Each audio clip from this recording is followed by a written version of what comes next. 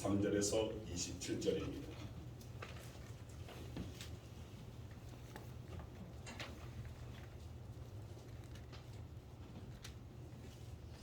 우리 한 목소리 말씀 같이 묵상합니다. 그뿐 아니라 또한 우리 곧 성령의 처음 익은 열매를 받은 우리까지도 속으로 탄식하여 양자될 것 곧 우리 몸의 속량을 기다리느니라. 우리가 소망으로 구원을 얻었으며 보이는 소망이 아니니 보는 것을 누가 바라리요. 만약 우리가 보지 못하는 것을 바라면 참음으로 기다릴지니라. 이와 같이 성령도 우리의 연약함을 도우시나니 우리는 마땅히 기도할 바를 알지 못하나 오직 성령이 말할 수 없는 탄식으로 우리를 위하여 친히 간구하시느니라.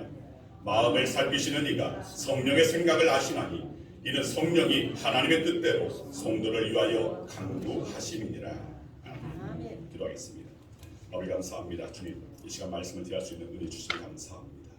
주님, 이 말씀이 사람의 말씀이 아니라 하나님의 말씀이고 주의 말씀인 줄 믿사 주님의 말씀을 받을 때에 온전히 겸손함으로 낮아짐으로 오늘 저희가 주장하고 있는 여러 가지 사상이나 생각이나 오늘 그런 지식들 다 내려놓게 하여 주시고 말씀 앞에 엎드리며 그 말씀이 오늘 우리의 심령 가운데 임하여지고 그로 말미암아 성령 충만함이 가득할 수 있도록 이 시간 성령께서 강단 위아래 동일하게 역사하여 주시옵소서. 감사드리오며 예수 그리스도 이름으로 기도드리옵나이다. 아멘. 할렐루야. 아멘. 우리 옆 사람 앞에 사랑하겠습니다. 잘 오셨습니다. 주의 이름으로 사랑합니다. 주의 이름으로 축복합니다.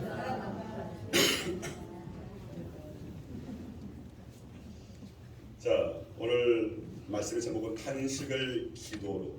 우리 성도에게 있어서 기도는 사실은 결코 뺄 수가 없습니다. 그러나 갈수록 기독교인들의 그리스도인들의 그 모습 가운데 점점 사라지고 있는 것이 또한 기도이기도 합니다. 이런 사람들은 살아가면서 늘 기쁘기를 원합니다. 하지만 시시때때로 탄식할 만한 일들이 생깁니다. 가정 안에 탄식할 일이 많고 교회와 또 사회에서도 탄식할 일들이 생기곤 합니다. 그래도 탄식은 사람만이 하는 것이 아닙니다. 자, 오늘 말씀을 보면 성령님께서도 탄식하신다고 말씀하십니다. 자, 그것도 말할 수 없는 탄식이라고 그렇게 표현하고 있습니다. 자, 이러한 성령의 그 탄식, 이 탄식은 다른 것을 위한 것이 아닙니다. 바로 우리들을 향한 탄식입니다. 우리의 모습을 보시고 우리의 연약함을 보시고 우리의 죄성을 보시고 여전히 거듭나지 못하고 여전히 정말 어린아이와 같은 우리들의 모습을 보시고 성령께서 탄식하신다는 겁니다. 여러분, 오늘 말씀을 통해서 성령께서 어떠한 이유로 탄식하는지를 나누면서 성령께서 탄식하실 때에 우리의 자세는 어때야 되나, 어떠한 믿음의 자세를 구해야 할지를 함께 은혜 나누고자 합니다. 자, 먼저 예수 그리스도를 믿는 성도들, 우리 그리스도인들은 스스로를 보면서 탄식해야 하는 존재입니다. 또한 성령님을 탄식하게 하는 존재인 것을 깨달을 수 있어야 됩니다. 따라하시기 바랍니다. 나는 탄식해야 하는 존재입니다. 나는 성령님을 탄식하게 하는 존재입니다. 한마디로 말해서 우리는 연약하다는 것입니다. 우리는 부족하다는 것입니다. 우리 모두는 그 누구도 완전한 자가 있을 수는 없다는 말입니다. 여러분, 성령님은 우리의 연약함을 아시는 분이시고 또 우리의 실제적인 그 연약함을 보시면서 탄식하시는 분이라는 그런 말씀입니다. 우리가 예수 그리스도를 믿을 때에 깨닫게 되는 것은 우리가 이 세상에서 하나님의 구원을 받은 하나님의 자녀로서 살아가기에 얼마나 연약한 존재인가입니다. 목사로 살아가기에 또 여러분들이 장로로, 권사, 집사로 살아가기에 성도로 살아가기에 그리스도인으로 살아가기에 얼마나 허구 그리고 힘든 그 모든 것을 살기에 합당치 못한 우리는 연약한 존재라는 말입니다. 그렇기 때문에 로마서 기자는 성령님의 그 탄식을 말하기 전에 이 성도들의 탄식에 대해서 먼저 언급을 합니다. 자, 본문 23절 말씀 우리 함께 읽겠습니다. 그뿐 아니라 또한 우리 곧 성령의 처음 익은 열매를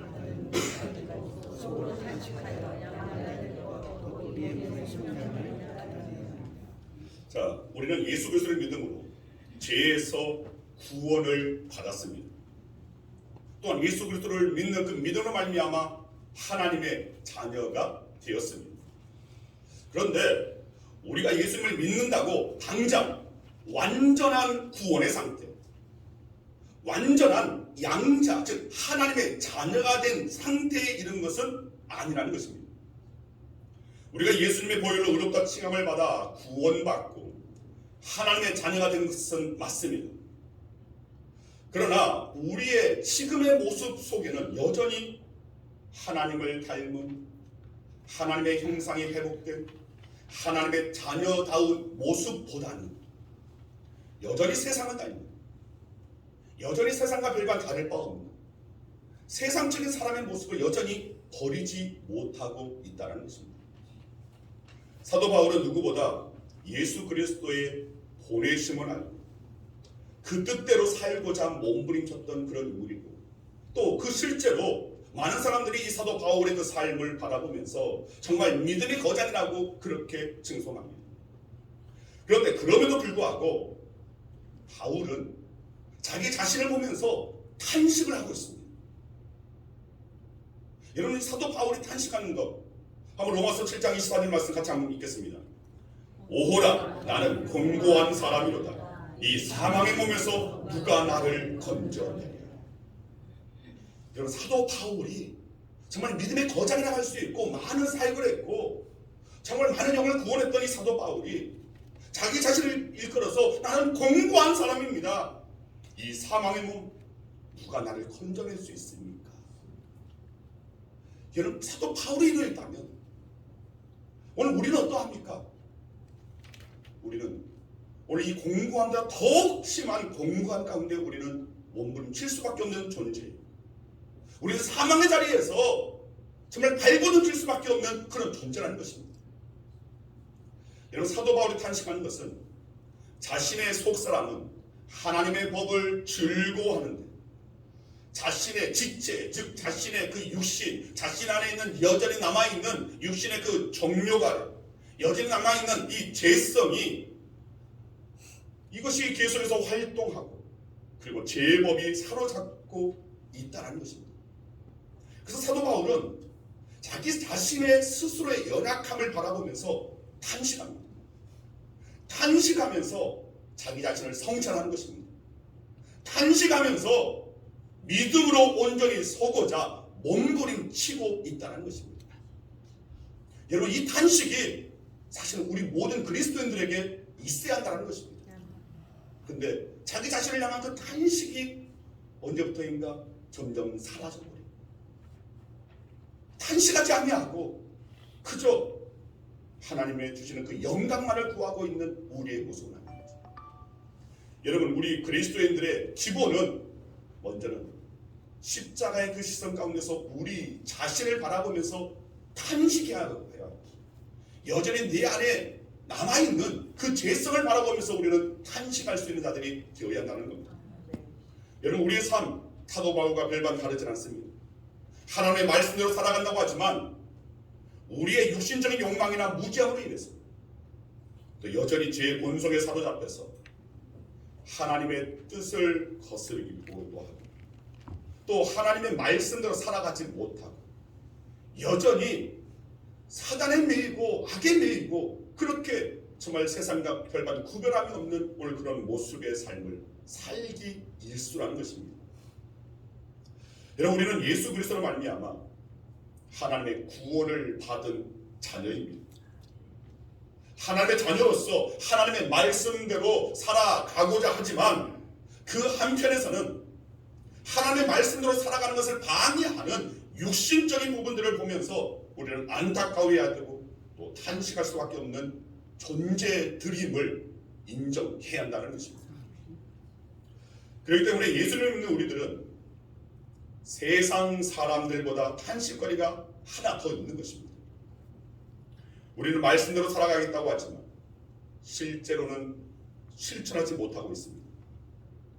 하나님이 뜻하시는 대로 말도 하고 행동도 하겠다고 결심하지만 그 결심과는 상관없이 상황에 매이고 환경에 매이고 자기 감정에 매이고 자기 심정에 매여서 자기가 온전히 그 말하는 것, 행하는 것, 그것을 깨달아 알지 못하고 하나님의 뜻과는 전혀 상관없이 너무나 멀리 가버린다는 것입니다.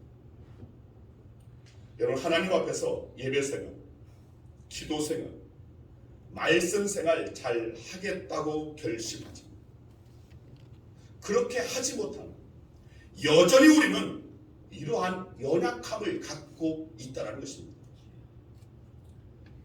그래서 우리는 이러한 상태를, 이러한 사실을 먼저 인지하고 인정해야 합니다.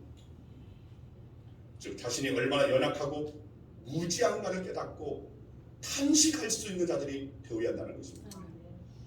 그런데 감사한 것은 그런 연약함을 성령께서 아시고 그 연약함을 극복할 수 있도록 도와주신다는 것입니다. 따라하시기 바랍니다. 성령님은 우리의 연약함을 아십니다. 성령님은 우리의 연약함을 극복할 수 있도록 도와주십니다. 네, 맞습니다. 성령님께서는 우리의 연약함을 아십니다. 그리고 우리의 그 연약함을 이겨낼 수 있도록, 극복할 수 있도록 도와주시는 분이십니다. 그런데 문제는 여러분, 사단 마귀도 영적 존재이기 때문에 그들도 우리의 연약함을 너무나 잘 알고 있다는 것입니다. 그리고 우리의 그 연약함으로 인한 잘못들을 보면서 정죄하며 넘어뜨리려고 한다는 것입니다. 하지만 우리에게 소망이 있는 것은 성령님이 그 연약함을 극복할 수 있도록 도우신다는 것입니다. 이것을 그 누구보다도 예수님께서 알고 계셨기 때문에 부활 승천하실 때 성령을 보내주시기 때문에 너희들은 성령을 받으라 라고 말씀하셨습니다. 아멘. 요한복음 14장 16절 말씀 같이 읽습니다. 내가 아버지께 구하겠으니 그가 또 다른 보혜사를 너희에게 주사 영원토록 너희와 함께 있게 하리니. 자, 여기서 예수님께서는 이 성령님을 가리켜서 또 다른 보혜사라고 했습니다. 즉 성령님은 늘 우리의 곁에 계시면서 우리의 연약함을 도와주시는 분이라는 말입니다. 성령님께서는 우리 곁에 계십니다. 그리고 성령께서는 우리를 도와주시는 분이십니다. 그렇기 때문에 우리는 우리의 연약함 가운데 오늘 있다는 사실을 우리는 시인할 때에 성령께서는 그때 비로소 우리를 도와주신다는 것입니다. 그런데 때로 우리는 성령님께 무엇을 구해야 하는지, 무엇을 도와주기를 구해야 할지를 모르는 사실은 무지한 존재이기도 합니다. 본문 26절 말씀 같이 읽습니다. 이와 같이 성령도 우리의 연약함을 도우시나니 우리는 마땅히 기도할 바를 알지 못하나 오직 성령이 말할 수 없는 단식으로 우리를 위하여 친히 간구하시느니라. 자, 여기서 우리는 마땅히 기도할 바를 알지 못하나, 마땅히 기도할 것을 알지 못하고 전혀 엉뚱한 것을 구하니까 또 그런 모습을 보시고 성령께서 말할 수 없는 탄식으로 우리를 위해서 기도하신다는 것입니다. 여러분, 한 알코올 중독자가 있습니다. 이 사람은 술 때문에 가족들에게서 버림받았습니다. 가진 재산 다 탕진했습니다. 근데 이 사람이 전도를 받아 교회를 다니기 시작했습니다. 예수님을 믿게 되면 자신이 바라는 것, 자신이 소원하는 것을 하나님께서, 예수님께서 이루어 주실 것을 기대하고 교회에 나왔습니다. 그런데 자, 이 사람이 마땅히 기도할 것이 무엇입니까? 알코올 중독에서 벗어나서 정말 하나님의 자녀답게 살 수 있도록 도와달라고. 오직 도우실 분은 주님밖에 없사오니 주님, 내가 이 알코올 중독에서 벗어나게 하여 주시고 정말 하나님의 자녀답게 살 수 있도록 은혜 허락하여 주시옵소서라고 구의하는 것이 마땅한데, 그런데 이 사람이 술을 더 사 먹을 수 있도록 돈을 많이 벌게 해달라고 기도한다. 이 사람은 마땅히 구할 바를 알지 못한 것 아닙니까? 우리도 마찬가지라는 것입니다. 우리가 갖추고 있는 연약함을 제대로 알지 못할 때가 너무나 많이 있으면서 전혀 엉뚱한 것을 구할 때가 있다는 겁니다. 때로는 말씀대로 살아가기 위해서 더욱 낮아지고 자신을 죽여야 할 때도 있습니다. 그런데 그렇게 못하고 도리어 자신을 높여주기를 구하고 또 강해지기를 구하면서 도리어 성령님을 더욱 답답하게 해 드릴 때가 있다는 것입니다. 그래서 성령님께서는 우리가 마땅히 기도할 바를 알지 못하고 살아갈 때에 말할 수 없는 탄식으로 우리를 위해서 친히 간구, 우리 대신에 간구하여 주신다는 것입니다. 여러분, 우리는 성령님이 우리를 위해서 탄식하시는 것을 깨달아야 합니다. 어떤 분에게는 성도로 살아갈 때에 교만이 그분의 연약함이 되기도 합니다. 또 어떤 분은 입술이 연약합니다. 또 어떤 분은 경제적인 문제, 즉 물질의 연약함을 갖고 있습니다. 또 어떤 이는 육신의 그 정욕을 이기지 못하는 것이 연약함이 되기도 합니다. 바로 이러한 우리의 연약함을 극복할 수 있도록 성령님께서 도와주시겠다는 것입니다. 그런데 성령님만 성도의 연약함을 보고 탄식하는 것은 아닙니다. 자, 때로는 사람에게 성령님의 마음을 허락하여 주시고 상대방을 보고 탄식하게 하시면서 그 상대방을 위한 중보자로 세우기도 하신다는 것입니다. 여러분, 출애굽기에 보면 이스라엘의 제약의 그 모습, 그 제약된 그 모습이 참 많이 등장합니다. 또 그런 이스라엘 백성을 위해서 중보했던 모세의 이야기가 등장합니다. 대표적으로 모세가 시내산에 올라가서 법궤를 받는 하나님의 말씀을 받으러 올라간 사이에 이스라엘 백성들은 아론에게 와서 자신들을 위해서 정말 내 눈에 보이는 오늘 그런 신을 허락해달라고 요구합니다. 그리고 아론은 금을 가지고 오라고 해서 금송아지를 만들어줍니다. 이스라엘 백성들은 자신들이 구하는 것이 얼마나 악한지, 얼마나 하나님 앞에 정말 악한 행위인지 알지 못하는 무지함이 있었습니다. 연약함이 있었습니다. 그리고 이 일로 인해서 하나님께서 이스라엘을 멸망시키고자 할 때에 모세가 하나님 앞에 나아가면서 중보하며 기도합니다. 자, 그 기도가 출애굽기 32장 31절 32절 말씀입니다. 같이 읽습니다. 모세가 여호와께로 다시 나아가 여짜오되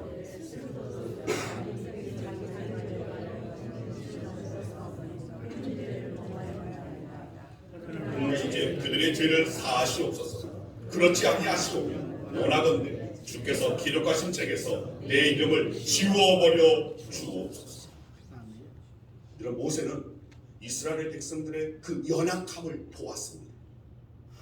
거룩하신 하나님의 백성으로 부르심을 받았지만 여전히 제약 가운데 하나님 앞에 바로 서지 못한 이 이스라엘 백성들을 보면서 탄식했습니다. 단식하며 그냥 머물러 있는 것이 아닙니다.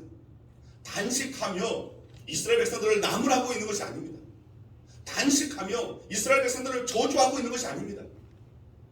단식하면서 하나님께 나아가면서 중보하였습니다. 그리고 하나님께서는 모세의 강구를 들으시고 이스라엘을 죽음에서 구원해 주셨습니다. 여기서 우리가 깨달아야 할 것이 있습니다. 우리는 나에게도 그리고 내 지체에게도 모두에게 각각의 연약함이 있음을 인정해야 한다는 것입니다. 그리고 누군가의 연약함을 발견할 때 정죄하고 불평하고 비난하기보다는 먼저 그분들을 위하여 기도해야 한다는 것입니다. 여러분, 우리는 때때로 다른 이들의 연약함을 볼 때 있습니다. 하나님의 말씀대로 살아가지 못하고 나를 힘들고 고통스럽게 만드는 그런 이들의 연약함을 볼 때도 있을 겁니다. 또 정말 성경에서 말하는 하나님께서 말하는 그 율법을 또 십계명을 어기는 그런 연약한 지체를 볼 때 분명히 있을 것입니다. 그리고 때로는 목회자인 저를 통해 보시기도 여러분 하실 것이고 또 성도들 간에도 그러한 연약함을 분명히 발견할 때 있을 겁니다. 목사라는 사람이 왜 저래? 성도라는 사람이, 교회에 다니는 사람이 왜 저래? 보통은 이렇게 상대방의 연약함을 볼 때에 질책하고 정죄하는 것, 그것이 보통 일반적인 이야기입니다. 그리고 이것은 바로 세상 사람들의 모습이고, 그 여전히 이런 세상적인 그 모습이 그대로 우리 안에 남아있는 우리의 모습이기도 하다는 것입니다. 여러분, 남을 향하여서 질책하고 비난하고 정죄하는 것은 굉장히 쉽습니다. 그런데 바로 그때에 그런 나의 모습을 보면서 탄식하고 중보하시는 성령님을 생각해야 한다는 것입니다. 아멘. 여러분, 성령님은 성도들의 연약함을 볼 때 그것을 가지고 정죄하며 비난하지 않으시고 도리어 말할 수 없는 탄식으로 중보하셨다는 것입니다. 즉, 탄식의 그 자리를 기도의 자리로 이끌었다는 것입니다. 여러분, 우리는 이 탄식한 그 자리, 탄식으로 끝나는 것이 아니라 그 탄식의 자리에서 기도의 자리로 바꾸어야 한다는 것입니다. 아멘. 바로 이것을 기도의 자리로 바꾸어 나가는 것, 이것이 바로 우리 성도들의 그리스도인의 자세가 되어야 한다는 것입니다. 아멘. 여러분, 바로 그럴 때 성령님께서, 아버지 하나님께서 우리와 함께하여 주시고 우리를 도와주신다는 것, 여러분 잊지 마시기 바랍니다. 요한복음 2장에 보면 예수님의 첫 번째 표적이 나옵니다. 예전에 요한복음 우리가 함께 다 이렇게 7가지 표적, 또 7가지 여러 가지 그 내용들에 대해서 함께 나누었으니까 잘 기억하고 있을 겁니다. 자, 첫 번째 그 기적이 가나의 혼인잔치, 물이 변하여 포도주 되게 하시는 첫 번째 표적이었습니다. 자, 그 과정을 보면 예수님께서 하인들을 향하여 명하십니다. 돌 항아리 6에 물을 가득 채우라고 명하셨습니다. 그리고 이 하인들이 그대로 그 말씀대로 순종하여서 항아리에 물을 가득 채웠습니다. 그리고 나서 예수님께서 연회장에게 갖다 주라 명하니까 또 이 하인들이 그대로 순종하여 갖다 주었습니다. 바로 그럴 때 정말 최상의 최고급의 가장 맛 좋은 포도주로 변해 있었습니다. 자, 이 과정을 살펴보면 예수님과 하인 사이에 말씀이 있었습니다. 항아리에 물을 채우라는 말씀, 이제는 떠서 연회장에 갖다 주라는 말씀이 있었습니다. 그리고 그 말씀에 순종하고 그대로 그것을 행한 하인들의 모습이 있었습니다. 물이 변하여 포도주가 되듯이 여러분, 우리의 연약함이 강함, 우리의 부족함이 충만함으로, 또 우리의 모자람이 가득함으로 변화되기 위해서는, 죄인된 우리가 정말 구원받은 하나님의 자녀로서 온전해지기 위해서는 바로 말씀이 있어야 한다는 것입니다. 아멘. 그리고 그 말씀에 순종함이 있어야 합니다. 아멘. 저한테 순종하는 말이 아닙니다. 여러분, 오해하지 마시기 바랍니다. 사람에게 순종하는 것이 아니라 사람을 통하여 그 안에 담겨지는 하나님의 말씀에 순종하라는 것입니다. 아멘. 여러분, 그 말씀이 능력이 되기 위해서는 또한 성령의 기름 부음이 있어야 합니다. 그것도 충만하게 성령 충만이 있어야 한다는 것입니다. 자, 그런데 그 모든 것이 담겨진, 말씀이 담겨지고 성령의 기름 부음, 성령의 충만함이 담겨져 있는 그 항아리가 깨져 있다면, 그 항아리에 말씀을 붓고 성령의 기름을 붓는 또한 바가지가 깨져 있다면 무슨 소용이 있습니까? 무슨 소용이 있습니까? 그래서 우리에게 가장 먼저 선행되어야 하는 것, 말씀, 거룩한 성령을 담는 도구인 항아리를, 그리고 바가지를 먼저 고치는 것입니다. 무슨 말이냐면 죄에 대한 회개가 선행되어야 한다는 말입니다. 죄로 금가버리고 그 죄, 그 금간, 그 틈으로 악한 사단 마귀는 계속해서 틈을 벌리고 밑빠진 독처럼 하나님의 말씀이 경험되지 못하고 하나님의 말씀이 은혜되지 못하고 하나님의 분명한 명확한 그 말씀이 귀에 들리지 못하게 합니다. 결국 밑빠진 독, 깨진 항아리, 깨어진 그 바가지 아무런 쓸데 없다는 것입니다. 이것을 우리는 고쳐내야 됩니다. 이것을 고치기 위해서는 가장 선행되어야 할 것이 바로 회개입니다. 주님, 저희가 죄인입니다. 제가 깨진 바가지, 제가 깨진 항아리입니다. 하나님 고쳐주시옵소서.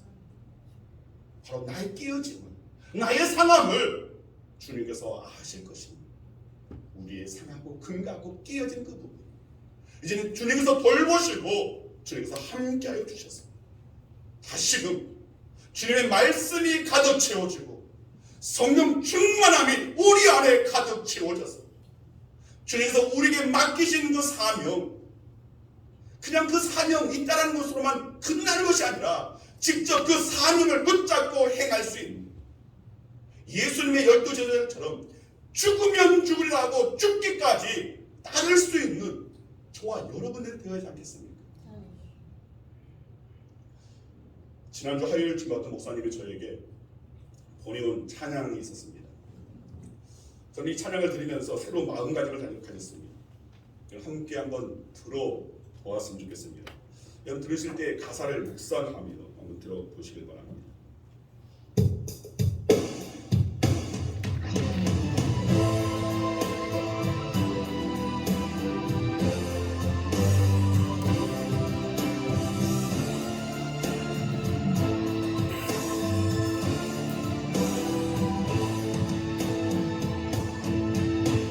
주를 위해 살아가는 것 쉽지만은 않아요. 나의 욕심 구하며 내려놓아야 하죠.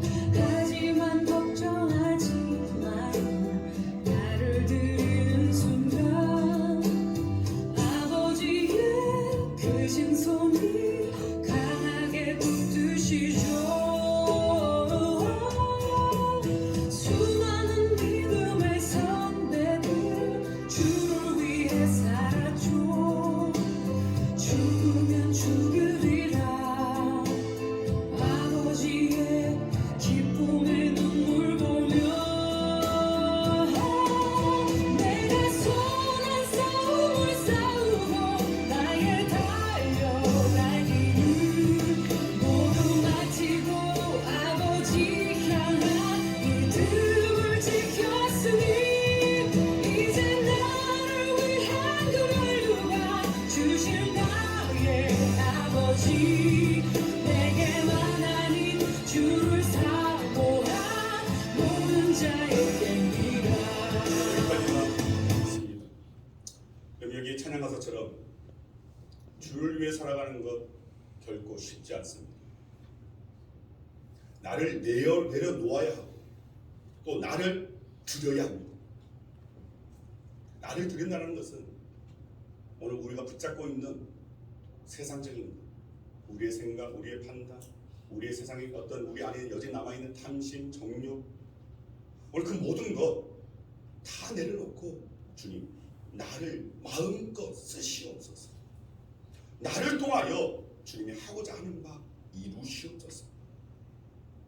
이렇게 하나님 앞에 드려지는 인생이 되어야 한다는 것입니다. 그러나 그것은 쉽지 않습니다. 목회자인 저도 하루에 여러 번 마음이 바뀌고 생각이 바뀌고 그런 가운데서 때로는 갈등하고 몸부림치고 오늘 그런 가운데 그러나 분명히 우리에게 기억해야 할 것은 답은 분명하다는 것입니다. 주님께서 우리에게 제시하는 답은 분명하다는 것입니다. 그런데 그 답이 분명한데 상황을 보며 환경을 보며 또 거기 가운데 그 가운데 나의 마음, 나의 심정, 나의 그 상한 그 심령을 바라보며 답에서 멀어지고 그 답 분명히 주께서 원하시는 뜻이 있는데 그 뜻에서 벗어나 버립니다. 그래서 때로는 하나님의 그 뜻이 분명함에도 불구하고 답이 있음에도 불구하고 혹 다른 답을 하나님께서 준비해 놓지 않았을까? 혹 주님께서 다른 오늘 그런 길을 또한 예비해 놓지 않았을까? 우리는 자꾸만 우리 스스로 하나님의 뜻에서 멀어지고 뜻을 찾는다고 하면서도 점점 멀어지고 있는 우리의 모습이라는 것입니다. 오늘 우리는 회개에 있어야 됩니다. 단시간 단위 그 단식의 자리로 끝날 것이 아니라 단식의 자리가 기도의 자리로 바뀌어져야 됩니다. 그럴 때 소망이 있습니다. 그럴 때에 주님께서 주시는 그 답을 그 해답을 우리는 찾을 수 있고 그리고 그것을 찾아야지만이 진정 하나님의 역사하심을 하나님의 역사하시고 행하여 주시는 하나님의 그 신실한 말씀의 그 능력을 우리는 우리의 직접 경험하고 체험할 수 있는 것입니다. 하나님의 역사하심이 멀리 있는 것이 아닙니다. 하나님의 역사는 다른 이들과만 있는 것이 아닙니다. 여전히 성령께서는 우리와 함께 하시고 여전히 하나님께서는 우리를 사랑하십니다. 그렇기 때문에 우리는 하나님의 그 뜻을 쫓아갈 수 있도록 이제는 단식의 자리에서 머물 것이 아니라 이제는 기도의 자리로 옮겨와서 주님 내가 깨진 바가지입니다. 주님 내가 깨진 항아리입니다.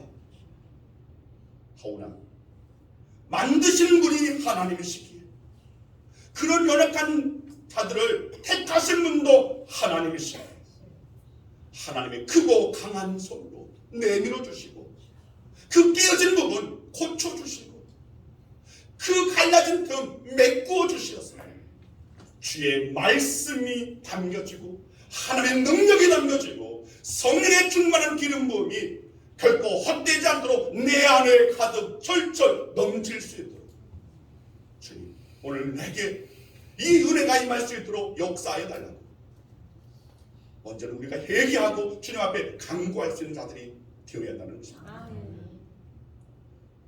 그래서 이 시간 여러분들한테 제안합니다. 제안이라고 말하는 것은 그냥 선포한다고 말할 수도 있겠지만 제안한다고 하는 것은 내가 선포하고 명령하고 뭐 이것이 아니라 여러분들의 성령의 음성에 여러분 각자가 또한 순응하는 것이 필요하고 또 여기서 아무리 말을 한들 여러분들이 실제적으로 하지 않으면 그건 뭐 누가 뭐라 하겠습니까? 그래서 제안이라고 표현합니다. 우리 결혼이라겠다. 교회 창립 기념일.